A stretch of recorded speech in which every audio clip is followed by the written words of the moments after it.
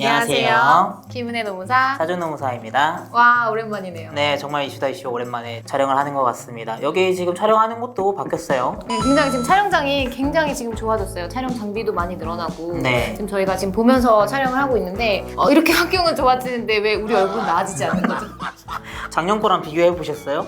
깜짝 놀랐어요. 이렇게 저희 상태가 점점 안 좋아지고 있는 걸 느끼고 있습니다. 이게 네. 다 과로가 때문에. 어쨌든 그래도 얼마 전에 연휴가 있었잖아요. 네, 연휴 기간 동안에 어디 가지는 못하고 그래도 집에서 좀 많이 쉬었는데 안타까운 소식이 있습니다. 뭐죠? 추석 때까지 앞으로 연휴가 없어요.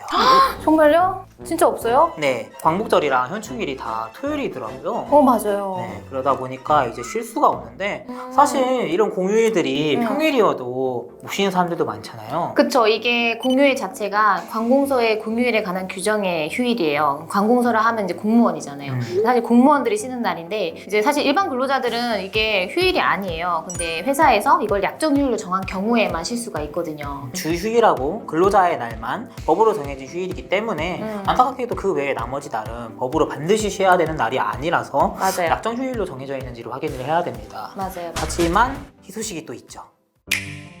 네, 그래서 오늘 저희가 준비한 내용은 공휴일이 법정 휴일화가 됐잖아요. 그래서 이거에 대한 내용과 그리고 연차 유급 휴가의 대체에 대해서 설명을 드리려고 합니다. 네, 우선 공휴일이 법정 휴일이 된 거는 사실 올해부터 어느 정도 적용이 되기 시작했습니다. 300일 이상 사업장 같은 경우에는 관공서의 공휴일에 관한 법률에서 정하고 있는 공휴일도 법정 휴일 안으로 들어오게 돼서 이제는 더 이상 약정 휴일이 아니라고 못 쉰다거나 그런 일이 없어졌죠. 네. 중소기업 같은 경우에는 사실 공휴일에 다 이렇게 쉬고 연차를 따로 쓰는 것까지는 부담스러워서 연차 유급 휴가 대체를 통해서 공휴일을 연차로 대체하는 식으로 많이들 활용을 하셨는데요. 그런데 이게 법정 휴일이 돼버리면은 연차 유급 휴가 대체를 사용을 못하게 됩니다. 네, 그렇기 때문에 많이 부담이 생길 수밖에 없겠죠. 공휴일이 법정 휴일화 되면서 연차 휴가랑 별도로 공휴일을 쉬게 됐거든요. 그래서 휴가가 굉장히 확대가 됐는데 그래서 오늘 조금 연차 유급 휴가 대체에 대해서 개념이랑 그리고 대체를 어떤 식으로 활용할 수 있는지 그리고 이 대체를 하려면 어떤 요건이 필요했는지에 대해서 좀 설명을 해드려야 될 것 같아요.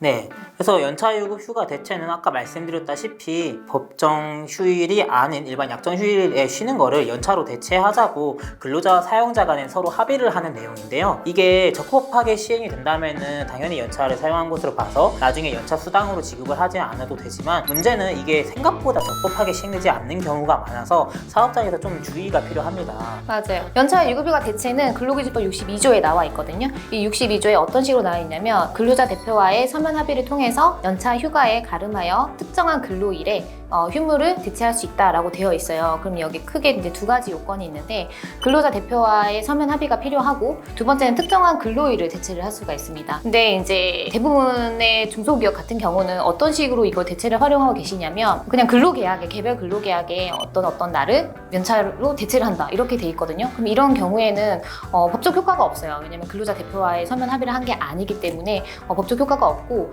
그리고 특정한 근로일에 대해서도 문제가 있는데 이 특정한 근로일은 소정 근로일이거든요. 그래서 이거를 약간 주휴일이나 아니면 휴일이 약정 휴일을 대체하는 거는 사실 효과가 없는 겁니다. 법적 효과가. 은혜농사님께서 말씀하신 것처럼 근로자 대표가 서면 합의를 하지 않으면 당연히 이제 무효가 되는데 근로자 대표가 서면 합의는 이제 잘 했는데 근로자 개인의 입장에서는 사실 나는 연차 대체를 하고 싶지 않아요 라고 요구를 할 수가 있잖아요. 맞아요. 하지만 그럼에도 불구하고 근로자 대표는 근로자 과반수의 동의를 받아서 연차 대체에 대한 서면 합의의 권한을 가지신 분이기 때문에 당연히 집단적 의사결정에 의해서 개인이 반대하더라도 연차 대체가 그대로 이루어진다는 점 유념하셨으면 좋겠습니다. 네. 근데 그것도 궁금할 수 있어요. 그 어린이날이나 설날에 대체 공휴일 있잖아요. 그것도 쉴 수 있나요? 네, 그렇죠. 대체 휴일 같은 경우에는 당연히 관공서의 공휴일에 관한 법률 안에 포함되어 있기 때문에 이제 앞으로 법정 휴일이 될 거고요.